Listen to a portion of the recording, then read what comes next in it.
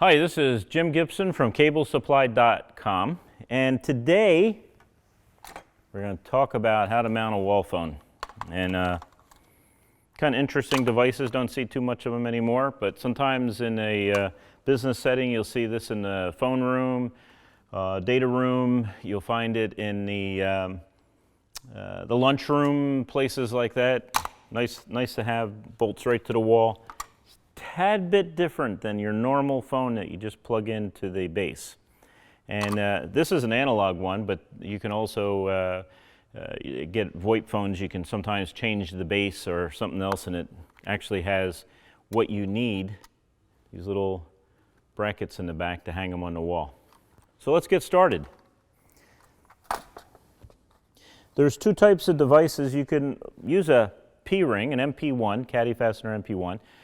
We use these usually for the baseboard type jacks. And the reason why is even though these are great for baseboard type jacks, easy to install, fast, neat, everything else does the job great, inexpensive. They don't really work that well when it comes to wall phones. And so what we use for wall phones is we use what's called a blue box. And we sell these blue boxes, but you can also get them from Home Depot, Lowe's, things like that. Very inexpensive. And blue box are rated in homes. You can use this for 110 in most places. You got to check the code. Of course, we're not dealing with 110. We're dealing with DC low voltage. And this is absolutely fine in any setting for DC low voltage. You actually don't even need a box for DC low voltage. So that's why you can get away with a P-ring in most applications. However, in this application, you want to use a blue box. And it has little arms on it here, and a way to tighten them up and everything else. Every time I think about a wall phone, I always think about my childhood when I was probably 6 years old, and we had very loud neighbors, and the lady next door would yap away on the phone, and the phone bill would come in, and her husband would get so mad he'd be screaming and yelling about the phone bill. Then he would take the phone and he'd rip it off the wall. That was before modular plugs. So what you had to have is you had to have the phone guy from the phone company come out and recable it and put it in and fix the phone. And by the way, that was when you couldn't own a phone. You had to lease it from the phone company. And if you had a colored phone, because everyone had a yellow phone in their kitchen, if you had a color phone, well then that phone, you had to pay an extra $1 a month for it. And these phones just weren't worth that much. You know, $6 a month for the phone, $1 for the color. This is what happens when you have a utility and there's no competition. But I digress. Let's get back to doing the wall jack and the wall phone and how we do it. Now it is a special plate, and the special plate has these little lugs on it. And you might be able to see the lugs, little extra lugs here. And keystone jack will go right here. But first you got to figure out where are we going to mount this box and how are we going to mount this box? So, you know, this is a stud finder. Really nice thing to have in your toolbox. We do not sell them. Get them at Lowe's, Home Depot. They're inexpensive. They work well. And what we're going to do is we're going to first identify where the stud's at. Now, you know, I'm going to cheat here because I already know where the stud's at. I built this wall as a demo, so I already know where it's at.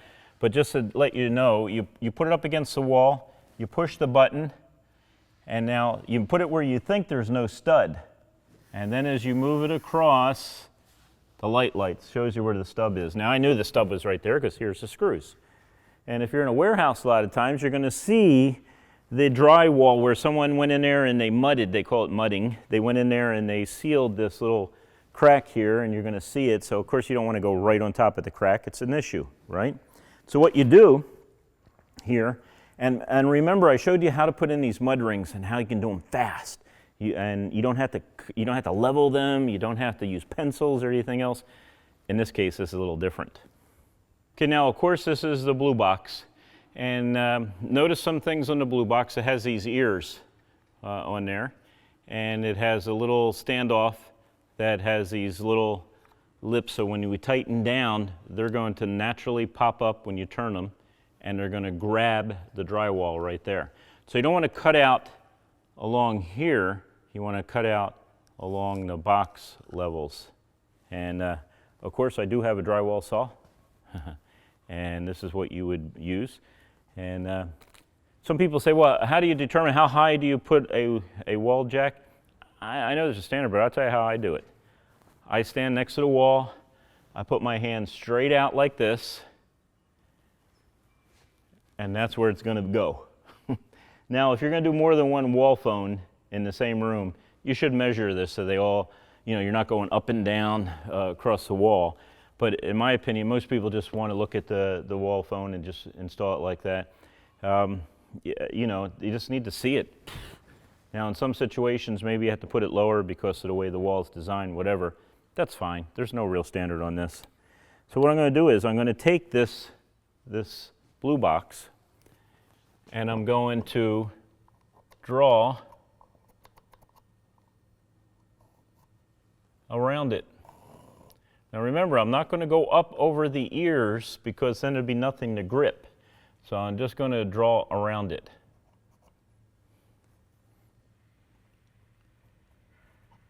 And sometimes you have to readjust these, and that's fine if you have to. There's going to be a little bit of play in there anyway, but as you can see, it's going to have the marks on the wall, and this is like the only time I use pencil on the walls.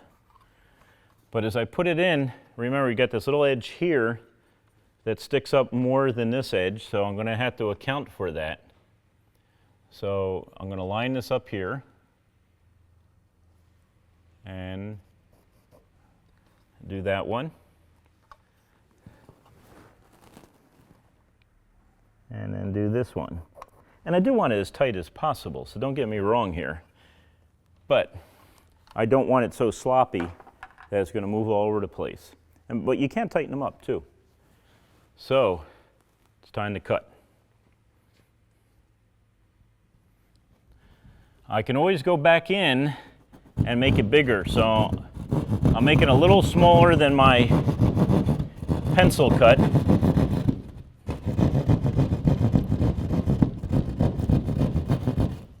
And I'm going to make a little extra room here for that ear.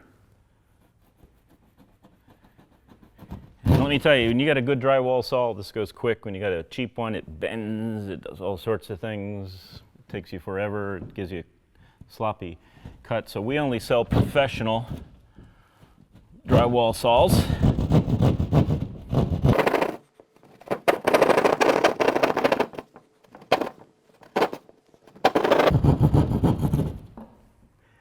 You see how I have this cut out?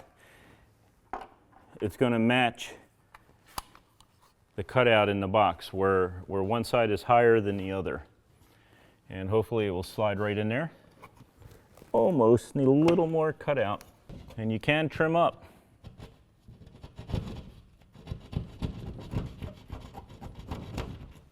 And I don't want to take out more than is necessary, because these wall phone jacks really take a beating.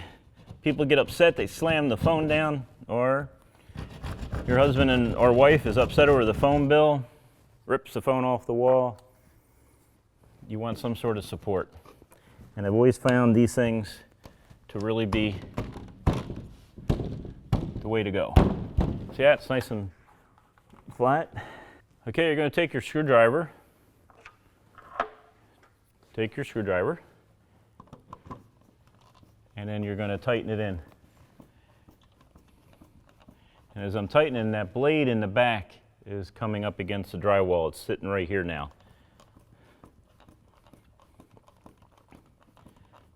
Now, if you also notice in some of these blue boxes, they have it right here where you can put drywall screws.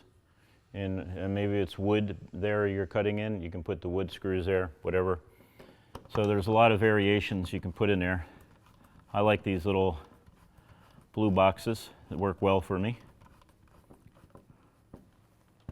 Okay. And now next, what I'm going to put in is I'm going to put a jack in that we've already punched down on another video. So obviously the cable is going to come in from the back. In this case, I'm just going to push it out the back.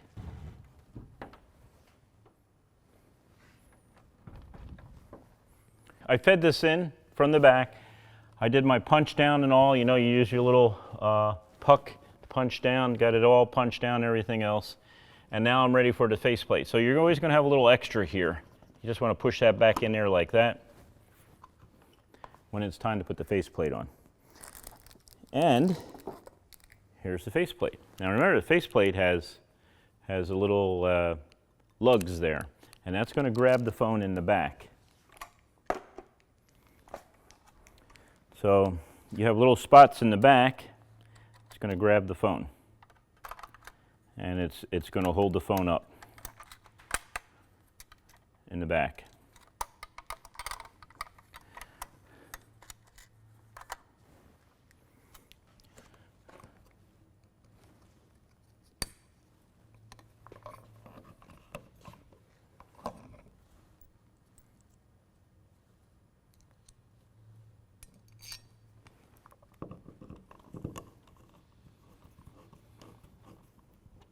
And there it is, installed.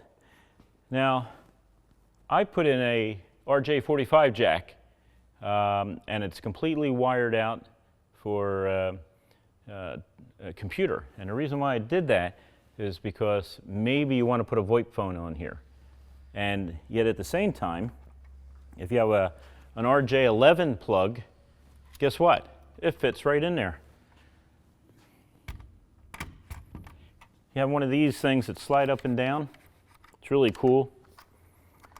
Now, if you have a system phone that you have to turn around the back of the phone to make it hang, you're going to need one of these really short RJ11s plugs. It plugs into the phone, plugs into here.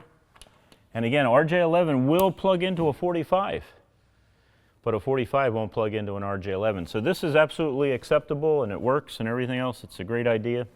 So you don't need RJ11 here. You need in my opinion, cable it like you would any of the rest of your network cables. And then at the patch panel, you just use an RJ11 patch cord to put, your dial tone on your old analog phones. These are great phones, by the way. Now on the side of these, there's a little thing that locks it in place so someone can't knock it off. So you just have to make sure that's in, and that will lock it from coming off. And sometimes people don't know how to get these off. You got to slide this out to get it off. And of course, handset hangs there, your curly cord hangs there. Everyone's happy. I like it because it's right at eye level. You see? Just pick it up, got it. You're not lifting up or you're not grabbing it down here. But really, you can put it anywhere you want. It's sturdy. So when if you're doing it in the house, it's going to be very hard to rip off the wall. And some people really get mad and they just jam this thing down. And if you're not putting it upright, it's just going to come right off the wall. So again, my name is Jim Gibson, Cable.com. Thank you for watching our videos, and like us on Facebook and follow us on YouTube. Hi, this is Jim with Cable.com. Hi, this is Jim from Cable.com. Hi, this is Jim with Cable.com, and today I'm going to show you how to cut a hole in the drywall. This is David signing out. You stay classy, Internet.